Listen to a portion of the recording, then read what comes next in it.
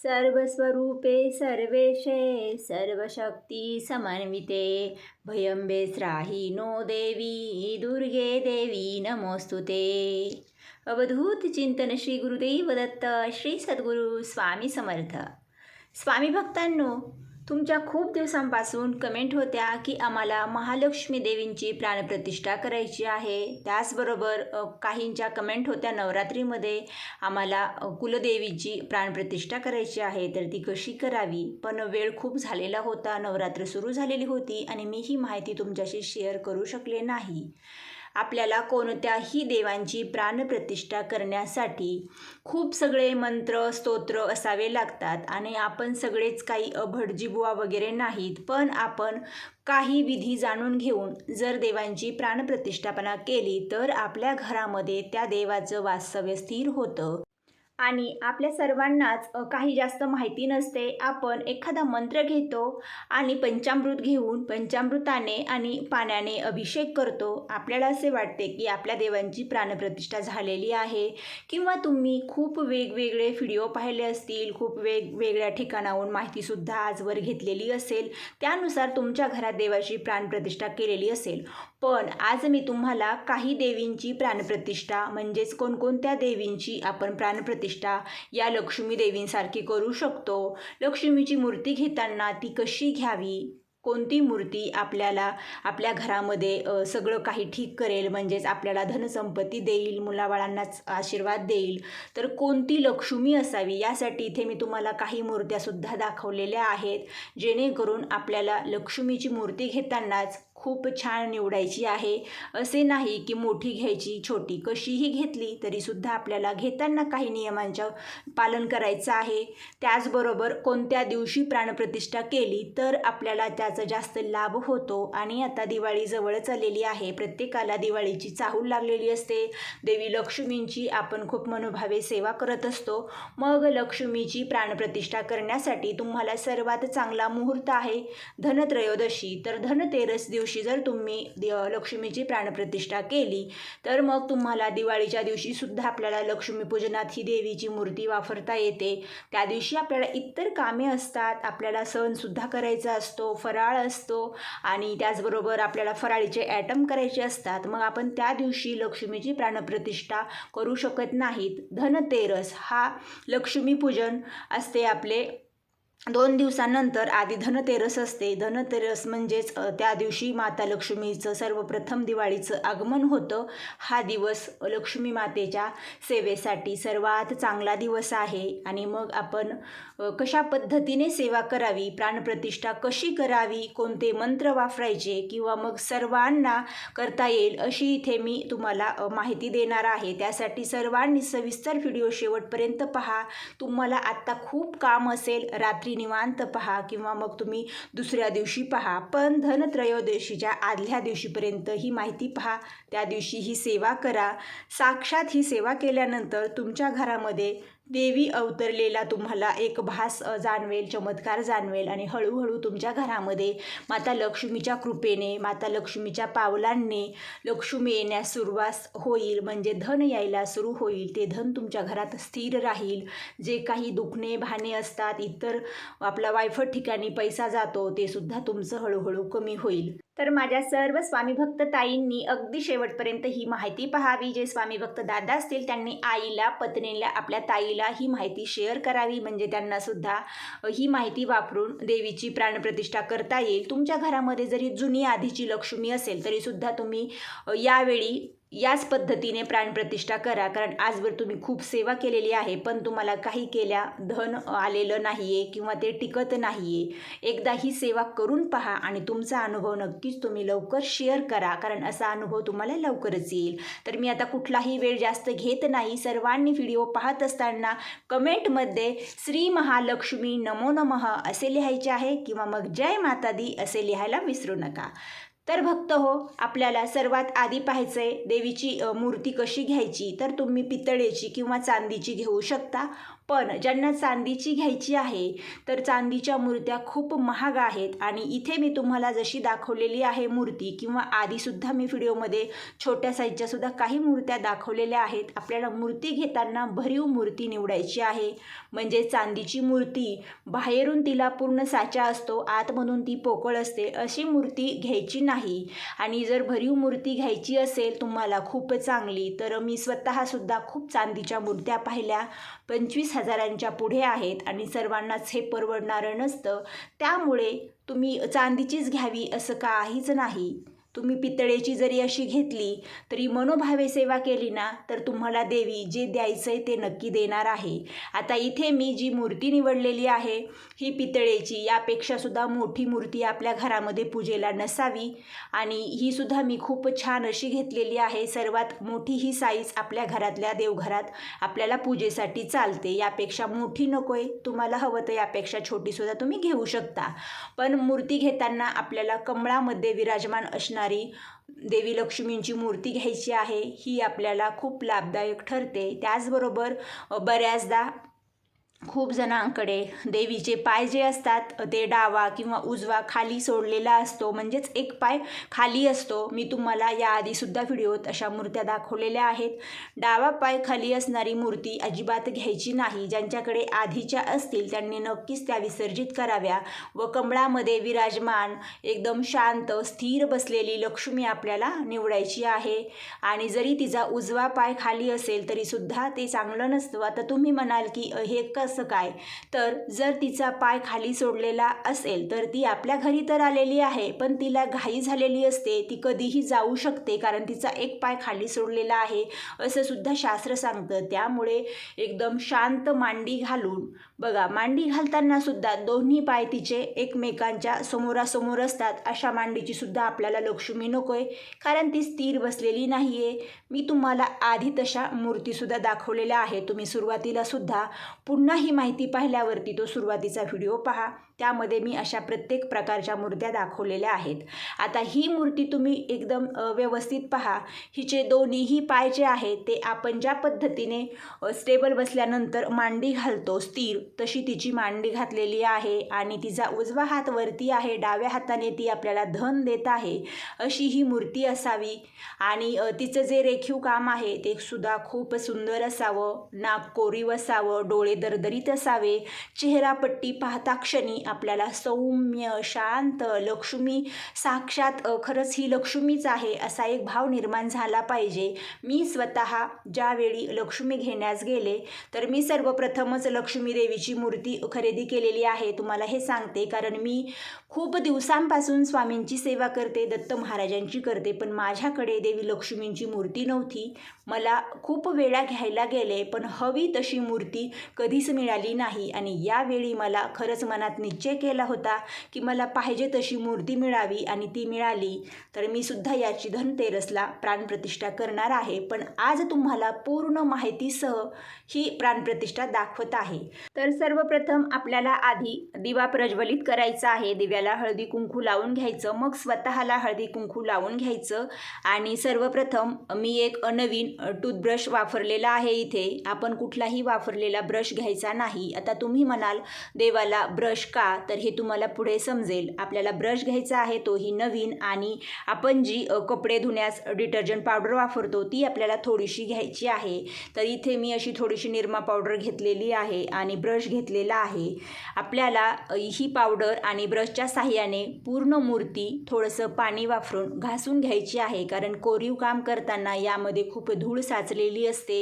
मूर्ती खूप जणांनी हाताळलेली असते. ही मूर्ती फक्त आपण आणलेली आहे आणि हे जिवंत स्वरूप नाही आहे. त्यामुळे इथे आपल्याला ब्रश पावडरच्या साहाय्याने मूर्ती स्वच्छ घासून घ्यायची आहे कारण पुन्हा एकदा जीव आल्यानंतर आपल्याला मूर्तीला ब्रशने घासता येणार नाही किंवा पावडरसुद्धा वापरता येणार नाही. त्यामुळे खूप छान स्वच्छ आधी मूर्ती करून घ्यायची. त्यानंतर तुम्हाला एका चौरंगावर किंवा मग ताटात ठेवून बेसन, कापूर आणि थोडंसं तूप घालून याचं एक आपल्याला उटणं तयार करायचं आहे आणि हे देवीच्या सर्व अंगाला मसाज करून घ्यायचं आहे. उठण्यानंतर आपल्याला देवीला जो दिवा आपण प्रज्वलित केलेला आहे. शक्यतो हा तुपाचा किंवा तेलाचाच घ्या. मी इथे तिळाच्या तेलाचाच दिवा लावलेला आहे, कारण तूप सध्या थंडीमध्ये आळलं जातं आणि दिवा मध्येच मग बंद पडतो. त्यामुळे तिळाचे तेल वापरा, कारण यामुळे देवीमध्ये प्राणप्रतिष्ठा येण्याला खूप जास्त फायदा होतो, तूप किंवा तिळाचं तेल.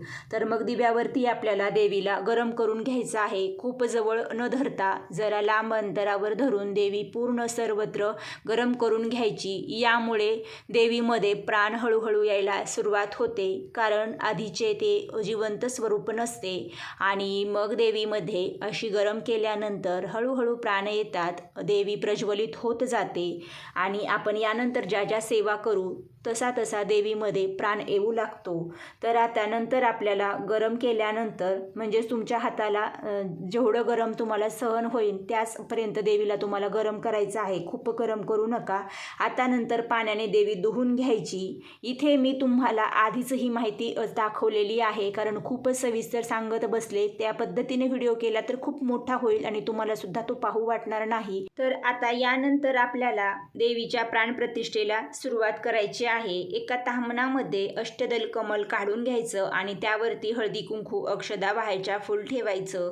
त्यावरती देवीला विराजमान करायचं आणि नंतर आपल्याला आधी आचमन करायचं आहे आणि मगच बाकीच्या विधी करायच्या आहेत. आचमन कशासाठी करायचे, तर आचमन केल्यानंतर आपल्याला सेवा करताना वाईट मनात विचार येतात, कदाचित झांबळी खोकला येतो, शिंक येते. यामुळे आपली सेवा व्यर्थ जाते आणि सेवेचं फळ मिळत नाही, किंवा देवामध्ये प्राणप्रतिष्ठासुद्धा येण्याला मग काहीतरी अडथळे येऊ शकतात. त्यासाठी ही पद्धत खूप महत्त्वाची आहे. तर आपल्याला एक ताम्हण घ्यायचं आहे, ग्लासात पाणी घ्यायचं आहे आणि चमच्याच्या साह्याने आधी विष्णूंच्या 24 नावांपैकी 3 नावांनी पाणी प्राशन करायचं आहे. ओम केशवाय नमः, ओम नारायणाय नमः, ओम माधवाय नमः. नंतर 2 नावाने पाणी सरळ हाताने ताम्हणात सोडायचे. ओम गोविंदाय नमः, ओम विष्णवे नमः. नंतर राहिलेली जी नावे आहेत ती म्हणत असताना आपल्याला हात जोडून बसायचं आहे. तर ही नावे सर्व सविस्तर डिस्क्रिप्शनमध्ये देईल, तिथे तुम्ही पहा, कारण इथे सांगताना खूप वेळ जाईल. त्यानंतर आपल्याला प्राणायाम करायचा असतो, म्हणजेच हे झाले आचमन करण्याची एक योग्य पद्धत. त्यानंतर सर्वप्रथम देवीला आपल्याला अष्टगंधाच्या पाण्याने अभिषेक करायचा आहे. नंतर हळदीचे पाणी, कुंकुवाचे पाणी, नंतर साधे पाणी घालून अभिषेक करायचा. देवीला हळदी कुंकू वाहून घ्यायचे, अक्षदा अर्पण करायच्या, फूल ठेवायचं, देवीसमोर धूप ओवाळून घ्यायचा, दीप ओवाळून घ्यायचा. हे करत असताना देवीचा मंत्र म्हणायचा आहे. सर्वस्वरूपे सर्वेशे सर्वशक्ती समन्विते भयभ्यस्त्राही नो देवी दुर्गे देवी नमोस्तुते. हा मंत्र खूप अवघड आहे, तर तुम्ही ऐं ह्रीं क्लीं चामुंडाय विच्छे, ऐं ह्रीं क्लीं चामुंडाय विच्छे हा मंत्र म्हणून जरी अभिषेक केला किंवा इथे पूजा केली तरी सुद्धा चालेल. खूप सगळे मंत्र स्तोत्र न करता हा मंत्र जपत तुम्हाला ही सेवा करायची आहे.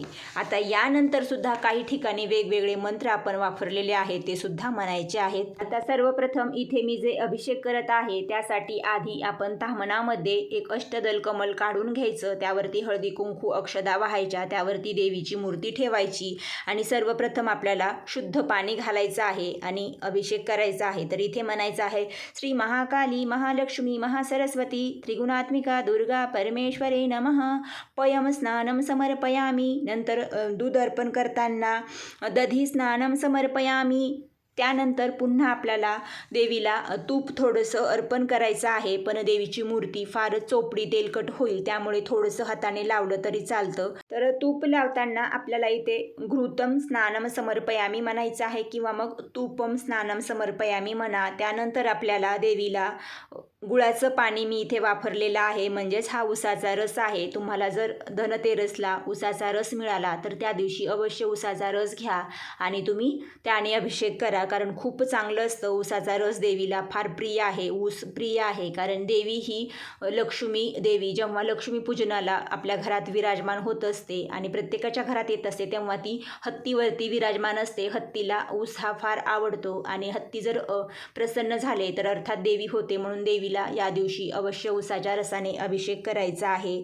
तर मग या पद्धतीने सर्व अभिषेक करताना तुम्ही फक्त स्नानम समर्पयामी हे जरी बोललात तरी चालेल. जे काही तुम्ही दूध आहे, दही आहे अर्पण करताय ते देवीला बरोबर पोहोच होतं. या पद्धतीने तुम्हाला अभिषेक स्टेप बाय स्टेप करायचे आहेत. आता इथे मी सर्व अभिषेक करून घेतले. त्यानंतर मी सुगंधित जे जल तयार केलं होतं त्या पाण्यामध्ये थोडेसे फुलाच्या पाकळ्या, हळदी, कुंकू, अक्षता घालून घेतल्या होत्या. त्यामध्ये थोडंसं अत्तर टाकायचं आहे, पण मी आधी लावून घेतलं आणि नंतर हे शुद्धोदक जे सुगंधित पाणी आहे ते देवीवर अर्पण केलं आणि मग देवीला पुन्हा चांगल्या पाण्याने धुवून घेतली, मूर्ती स्वच्छ पुसून घेतली आणि एक तांदळाचं स्वस्तिक आपण इथे कापडावर काढून घेतलेलं आहे. त्यावरती हळदी, कुंकू, फूल वाहून पूजा केली. नंतर देवीला यामध्ये मूर्ती ठेवायची आहे आणि त्यानंतर देवीला आपल्याला धन्याने अंघोळ घालायची आहे, म्हणजेच धन्याच्या राशीत देवीला ठेवायचं आहे. कारण धने हे देवीला फार प्रिय आहे. धने अर्पण केल्याने आपल्या घरामध्ये सुद्धा धन्याच्या राशी लागतात हे शास्त्रात सुद्धा सांगितलं जातं. त्यामुळे आपल्याला ही एक पद्धत करायची आणि यानंतर आपल्याला देवीला साखरेने स्नान घालायचं आहे, म्हणजेच फक्त कोरडी साखर ठेवायची आहे. तर अशा पद्धतीने केल्यामुळे देवीला मिठाई खूप प्रिय आहे आणि सर्व पांढऱ्या मिठाई देवीला फार आवडतात. त्याचबरोबर आपण कुठलाही प्रसादाचा शिरा म्हणा किंवा कुठलाही प्रसाद बनवताना साखरेचा उपयोग करतो आणि देवांना रोजच्या नैवेद्यातसुद्धा आपण साखर, खडीसाखर ठेवत असतो. म्हणून हे सुद्धा आपल्याला करून घ्यायचं आहे. यामुळे आपल्या घरामध्ये गोडवा निर्माण होतो, पती पत्नीच्या नात्यात गोडवा निर्माण होतो, घरामध्ये मुलाबाळांशी सर्वांशी एकमेकांचं नातं अगदी गोड राहतं आणि खरंच आयुष्यात गोडवा असेल तर मग आपल्या घरामध्ये कितीही संकट, दुःख येऊ द्या, ते जास्त काळ टिकत नाहीत. म्हणून मी तुम्हाला इथे खूप पद्धतशीर आणि योग्य असं माहितीसह व्हिडिओ शेअर करते. थोडासा मोठा होईल, समजून घ्या. माहिती जर छान असेल तर नक्कीच व्हिडिओ मोठा होणार. सर्व झाल्यानंतर आता देवीला मी छान असं पुन्हा एकदा अत्तर लावून घेतलेलं आहे. देवीला अत्तर फार प्रिय आहे. या दिवशी थोडा वेळ जाऊ द्या, पण तुम्ही ही सेवा करा. आणि कोणत्या वेळी करायची तर धनत्रयोदशीच्या दिवशी 2:30च्या नंतर सायंकाळी प्रदोषकाळापर्यंत शुभ मुहूर्त आहे. तुम्ही दुपारी छान 3च्या नंतर प्राणप्रतिष्ठा करू शकता. असं काही नाही की त्या दिवशी सकाळीच करायची आहे. शक्यतो मी म्हणेन 4च्या नंतर प्राणप्रतिष्ठा करा आणि नंतर मग धनतेरसची तुम्ही पूजा मांडणी करा आणि त्यामध्ये लगेच देवीला विराजमान करून द्या. इथे मी खूप सुंदर असा देवीला मळवट भरून घेतलेला आहे. आधीसुद्धा खूप जणींनी माझे व्हिडिओ पाहिलेले आहेत. त्या सर्व ताईंनी सांगितलेलंच आहे की तुम्ही खूप छान गंध लावता आणि पूजा छान असते. तर तुम्हाला सुद्धा इथे देवीचा हा मळवट भरलेला किंवा देवीची मूर्ती कशी वाटली मला हे सुद्धा कमेंटमध्ये सांगा. तर मी तुम्हाला आधीच सांगितलेलं होतं की या पद्धतीने आपण कोणकोणत्या देवांची प्राणप्रतिष्ठा करू शकतो. तर सर्व स्त्री देवता ज्या आहेत, म्हणजेच देवी कुलदेवी, तुळजापूरची देवी किंवा तुमची जी देवी आहे कुलदेवी ती, त्याचबरोबर अन्नपूर्णा देवी आणि देवीचे टाक, श्रीयंत्र आणि देवी लक्ष्मी यांच्या मूर्तीची तुम्ही या पद्धतीने प्राणप्रतिष्ठा अवश्य करा. कारण ही पद्धत एकच आहे. फक्त जे पुरुष देवता आहेत त्यांची प्राणप्रतिष्ठा या पद्धतीने करू नका. आता सर्वात शेवटी आपल्याला काय करायचे, ताम्हनामध्ये एका देवीची मूर्ती ठेवायची आहे आणि हळदी कुंकू पुन्हा एकदा वाहून घ्यायचं आहे आणि नंतर आपल्याला पूर्ण तांदळाने देवीला तांदळाच्या राशीमध्ये ठेवायचं आहे. कारण आपल्या घरामध्ये आपल्याला धन धान्य सर्वच पाहिजे. असं नाही की पैसा पाहिजे, पैसा काय आपण खाणार का, नाही ना, खाण्यासाठी धान्यच लागतं. त्यामुळे देवीला शेवटी धान्याच्या राशीत ठेवायचं. घरामध्ये धन, दौलत, सुख, समाधान, आनंद, गोडवा येईल आणि धनधान्य जे आहे ते टिकून राहील. बऱ्याचदा पैसे असून उपयोग नसतो. 2 वेळेचं खायला सुद्धा चांगलं असावं हे सुद्धा या रूपाने देवी आपल्याला देणार. म्हणून ही शेवटीची पद्धत करायची आहे. देवीला या सर्व क्रिया करताना 2-2 मिनिटे तरी असंच ठेवायचं आहे आणि सर्वात शेवटी तांदळामध्ये देवीला आपल्याला एक 5-10 मिनिटे ठेवायचं आहे आणि त्यानंतर देवीला जिथे देवघर आहे तिथेच आपल्याला स्थानबद्ध करायचं आहे. पण माझी आधीच सर्व पूजा झाली होती आणि म्हणून मग तिथे जागा नसल्यामुळे थोडीशी मी समोर देवीला मांडत आहे आणि नंतर मग देवीची एक ठराविक जागा असते त्या जागी देवीला तुम्ही ठेवायचं. तर या पद्धतीने मी इथे थोडीशी मांडणी करून घेतली. दोन्ही साईडला गजलक्ष्मी ठेवलेल्या आहेत, म्हणजेच हत्ती, आणि देवीला हे खूप प्रिय आहेत कारण देवीचं हे वाहनच आहे. म्हणून मी आज इथे ते विराजमान केलेले आहेत. त्यांनासुद्धा नंतर आपल्याला हळदी कुंकू लावायचं आहे आणि आधी देवीला ठेवताना ज्या दिवशी तुम्ही प्राणप्रतिष्ठा कराल त्या दिवशी पूर्ण क्रियाविधी झाल्यानंतर आपल्याला देवीच्या स्थानावरती ठेवताना आधी हळदी कुंकू अक्षता टाकायच्या आहेत. म्हणजेच आपण देवीला तिच्या मूळ स्थानावर तिला आवाहन देत आहोत असे होत असते. त्यामुळेच मग ही करायचं आहे. त्यानंतर आपल्याला देवीला फुले ठेवायची आहेत. देवीला नैवेद्य ठेवायचा तर भरीव मंडल करून घेतला. त्यावरती मी साखर ठेवलेली आहे. या दिवशी तुम्ही अवश्य थोडासा शिरा करा प्रसादाचा, किंवा काही मिठाई जर दिवाळीची बनवलेली असेल जी तुम्ही खाल्लेली नाही, उष्ट नाही केलेलं, असा तुम्ही नैवेद्य देवीला अर्पण करा. आणि आवर्जून जर धनतेरसला करायचं असेल तर मग अनारसे हे देवीला फार प्रिय आहेत आणि त्याचा तुम्ही नैवेद्य दाखवा. हे सर्व झाल्यानंतर आपल्याला देवीला तांबूल ठेवायचा आहे, म्हणजेच विडा. तर इथे मी विडा आणि तांबूल असं एकत्रच ठेवलेलं आहे. तर पान घ्यायचे, जोडपान, खाऊची पानं, त्यावरती आपल्याला देवीला सुपारी, खारीक, वाटी, हळकुंडाचा तुकडा आणि त्यावरती थोडेसे तांदूळ घालून घ्यायचे. देवीलासुद्धा थोड्याशा अक्षदा वाहून घ्यायच्या. आता देवीला नैवेद्य दाखवला म्हणजे देवीचं जेवण झालं, देवीला तांबूल दिला आणि त्यानंतर देवीची थोडीशी आपल्याला आरती ओवाळून घ्यायची आहे. पूर्णपणे आपली 99% प्राणप्रतिष्ठा झालेली आहे. सर्वात शेवटी आता आपल्या घरात देवीचं आगमन झालेलं आहे. अर्थात आपल्याला देवीला पंख्याने वारा घालायचा असतो. तर जे मोरपीस असतात, या मोरपिसाने देवीला वारा घातलेला फार आवडतो. म्हणून या पद्धतीने मी इथे तुम्हाला दाखवते. असं तुमच्याकडे मोरपीस असेल किंवा गुच्छ असेल तर त्याने तुम्ही हळूवार वारा घाला. तर याला हवा घालणे न म्हणता इथे आपण वारा घालणे हा शब्दप्रयोग केला, कारण देवीला हाच शब्दप्रयोग बोलले जातात. तिला वारा घातल्यानंतर आपल्याला त्याच मोरपिसाने देवीची दृष्ट काढायची आहे. कारण जी मृत मूर्ती होती, जिच्यात जीव नव्हता, तर त्या अशा मूर्तीमध्ये आपण जीव आणलेला आहे आणि त्यामुळेच तिला आज आपण खूप तिच्यावरती क्रिया केलेल्या आहेत आणि क्रिया करून देवीमध्ये साक्षात जिवंत स्वरूप तयार झालेलं आहे आणि तिला खरंच खूप नजरदोषसुद्धा मग होईल किंवा मग आपली दृष्ट होईल. आपण तिला खरेच सुंदर सजवलेलं आहे म्हणून देवीची दृष्ट काढायची आहे. सर्वात शेवटी आपल्याला देवीची क्षमा याचना करायची आहे, कारण आपल्याकडून काहीतरी चूक नकळत घडलेली असते.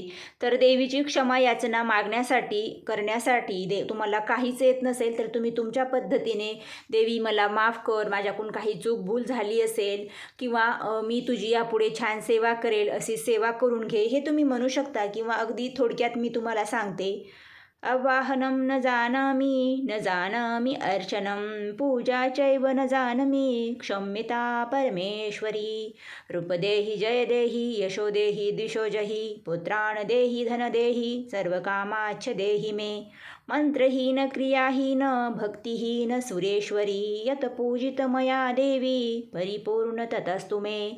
म्हणजेच देवी, माझ्याकडून जर काही चुकलं असेल तर मला माफ कर, मला रूप दे, यश दे, माझ्या घरामध्येच म्हणजे आपलं सर्व काही चांगलं कर आणि कुठलेही मंत्र क्रिया ज्या काही मला येत होत्या ते करून मी तुझी प्राणप्रतिष्ठा केलेली आहे, अशी ही आपल्याला देवीची क्षमा याचना मागायची आहे. हे मंत्र मी तुम्हाला डिस्क्रिप्शनमध्ये देईल, तिथे मी सविस्तर लिहून देईल, त्यानुसार तुम्ही तिथे जाऊन पहा आणि म्हणा.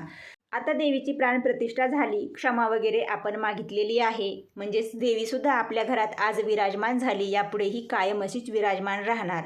आता आपल्या सेवेची सांगता करायची. आपल्याला एक चमचाभर पाणी उजव्या हातात घ्यायचं आहे आणि ते पाणी आपल्याला जमिनीवरती सोडायचं आहे. हे सोडत असताना सुद्धा मंत्र आहे, कृतपूजनेन श्री महाकाली महालक्ष्मी महासरस्वती त्रिगुणात्मिका दुर्गे परमेश्वरी प्रियंता नमः, किंवा श्री महालक्ष्मी नमस्तुते म्हणून जरी पाणी तुम्ही जमिनीवर किंवा एका ताम्हणात सोडून दिलं तरी चालेल. या पद्धतीने आपण देवीची प्राणप्रतिष्ठा घेतलेली आहे आणि देवीसमोर जे आपण आधी नैवेद्य पाणी ठेवलेलं होतं ते आपल्या सर्वात घरांमध्ये सर्वांना द्यायचं आहे तीर्थ. यामुळे आपलं अकाल मृत्यू टळला जातो, आपल्याला अखंड सौभाग्य प्राप्ती होते, त्याचबरोबर मुलांनासुद्धा प्रत्येक कार्यात यश प्राप्त होते. इथे आपल्याला देवीचं नाव घ्यायचं आहे, आपल्या कुलदेवीचं. तुम्ही महालक्ष्मी घ्या, रेणुका देवी घ्या किंवा तुळजापूरची देवी घ्या किंवा आपण ज्या देवीची प्राणप्रतिष्ठा केलेली आहे तिचं नाव घ्या आणि मंत्र म्हणायचं आहे, अकाल मृत्यू हरणं सर्व व्याधी विनाशनं शक्तिपादोदक तीर्थजठरे धारयाम्यहं शिरसाध्यरम्यामः. तर या पद्धतीने मी तुम्हाला काही मंत्र आणि काही साध्या पद्धतीत इथे विधिवत पूजाविधी सांगितलेली आहे. व्हिडिओ थोडा मोठा झाला पण माहितीसुद्धा तेवढीच उपयुक्त आहे. सर्वांनी या व्हिडिओला लाईक करा. देवीची सर्वांवरती अखंड कृपादृष्टी होईल. आणि ही माहिती कशी वाटली हे नक्की कमेंटमध्ये सांगा. प्रश्न असतील काही ते सुद्धा कमेंटमध्ये सांगा. आणि हा व्हिडिओ इतरांना शेअर करा. जे नवीन आहे त्यांनी चॅनलला सबस्क्राईब करा, म्हणजे तुम्हाला यापुढील असे छान छान नवनवीन व्हिडिओ पाहायला ऐकायला मिळतील. तर भक्तांनो, आपण लक्ष्मीची प्राणप्रतिष्ठा केली. आता लक्ष्मीपूजनसुद्धा आलेलं आहे दिवाळीचं. मग पूजाविधी कशी करायची पुढच्या व्हिडिओमध्ये सविस्तर माहिती देईल. आवर्जून तो सुद्धा व्हिडिओ पहा. तुम्हाला ते लक्ष्मीपूजनची पूजाविधी संपूर्ण खूप आवडेल. तर आजची सेवा स्वामी आई चरणी आणि देवी लक्ष्मींचरणी अर्पण करूया. श्री स्वामी समर्थ. श्री महालक्ष्मी नमस्तुते.